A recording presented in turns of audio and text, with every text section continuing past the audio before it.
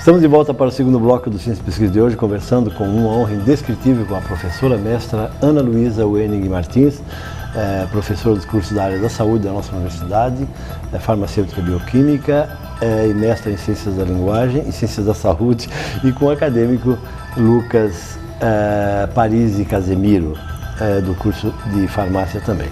Professora Ana, no final do bloco passado nós falamos da necessidade de informar a população dos cuidados que devem ser tomados na ingestão de alimentos. Como é que isso fica? Porque é complicado, né? Muito aleatório essa história de você acertar num alimento que não é saudável, né, professora?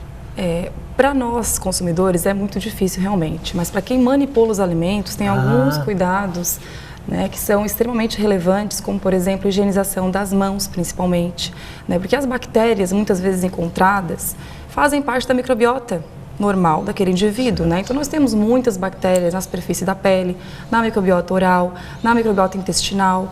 Então, se o indivíduo não fizer essa higiene de forma adequada, ele acaba transmitindo algumas bactérias para o alimento que ele está manipulando, né? E as bactérias se multiplicam de uma forma muito veloz. De repente, naquele momento, tínhamos poucas bactérias, mas se aquele alimento não foi armazenado de forma correta, as bactérias se multiplicam.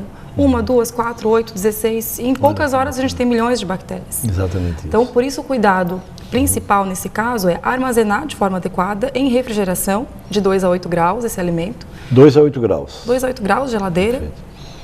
E fazer a higienização correta das mãos, né? A cada momento em que vai se manipular um alimento, principalmente os crus, e higienização severa das mãos. O grande problema, né, professora Ana, é que, na verdade, a gente não vê as bactérias, né? Então acha que elas nem estão por aí, né? E nos alimentos crus, essa importância é ainda maior, porque quando a gente cozinha um alimento, eliminamos a maior parte das bactérias, a maior parte. Perfeito. E no alimento cru, elas permanecem ali e vão se multiplicando. Exatamente isso. Então, nessa conversa, antes do Lucas falar para nós do que ele encontrou na pesquisa, eu queria pedir a você que carinhosamente serve a população com seus quitutes, com seus baurus, seus cachorros-quentes. Cuide, por favor, observe a alimentação dessa cientista, dessa pesquisadora, para que você possa cuidar e abraçar a todos com o teu carinho, com os cuidados preventivos de saúde, ok? Ô, Lucas, mas conta para nós então, ouvindo isso que a professora Ana coloca, que já nos enche de preocupação, né, Lucas? O que é que tu encontrou na tua investigação? A gente encontrou uma bactéria chamada Staphylococcus aureus, que é um Staphylococcus coagulose positiva, que ele é responsável por alguns sintomas intestinais, diarreia, vômito, náusea, cólicas, e também a gente chegou a encontrar a salmonella, que é uma bactéria que ela não é permitida, ela não pode ser encontrada nesse tipo de alimento, e foi encontrada a salmonella. A salmonella causa problemas terríveis, né? Nós sabemos disso, né?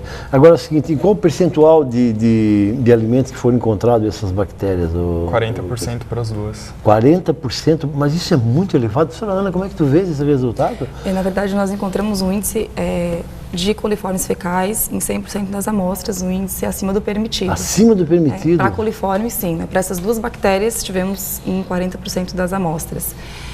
Na verdade, essa questão da microbiota normal mesmo e da falta de higienização, né? De alimentos crus, se fossem armazenados de forma correta, que muitas vezes as bisnagas ficam nas mesas, por horas a fio, não ficam na geladeira, elas ficam lá naquele ambiente e às vezes voltam para a geladeira muito tempo depois. E acontece a multiplicação. Insetos que pousam nesses também, né? Os insetos veiculam bactérias, parasitos, né? E nós temos uma tolerância permitida até, né? Não existe um alimento normalmente cru que seja isento de bactérias. Existe um permitido, um limiar permitido para cada bactéria. Algumas não podemos ter, que é o caso da salmonella, mas para coliformes temos uma tolerância. Nesse caso, extrapolou em todas as amostras a tolerância. Professora e Lucas, agora a ocorrência de salmonella, ela é possibilitada, ela acontece efetivamente como, assim? Pela má conservação dos alimentos, exatamente pela falta de higienização, desculpe, ou existe algum outro fator relevante que nós não tratamos aqui? A salmonella ela pode vir dos ovos, né? Nesse caso, aqui na cidade, não é permitida a comercialização de maioneses feitas com ovo cru. Então, nós não sabemos como essas maioneses foram produzidas, se foi com ovo, se foi sem ovo. Exatamente isso, perfeito. Mas tem pessoas que são portadoras de salmonella, que não desenvolvem sintomas, mas que têm a salmonella no intestino. E aí, essas pessoas, quando manipulam o alimento e não higienizaram as mãos, transmitem para outra pessoa que não é portadora. E aquela pessoa sim vai manifestar. Então, nós não sabemos se essas amostras que tiveram salmonella a origem dessa salmonela foi do ovo. Perfeito. Ou se foi de uma má higienização de um portador. De qualquer forma, é interessante lembrar as pessoas que fazem esse trabalho, né, que fazem até de uma forma interessante na nossa cidade, que tenham esses cuidados, né, Lucas? Como é que tu vês isso, né, professora? É porque são vários fatores, por exemplo, até às vezes se a pessoa que está manipulando o alimento, ela recebe o pagamento do dinheiro e não troca a luva, não faz uma higienização, não passa um álcool na mão, ali dinheiro é uma porte de bactérias e são algumas atitudes simples, mas que às vezes até pode ser da correria, muito cliente, às vezes acaba esquecendo, a gente sabe que não é por mal, que ninguém vai querer transmitir salmonela para outra pessoa. Absolutamente, claro.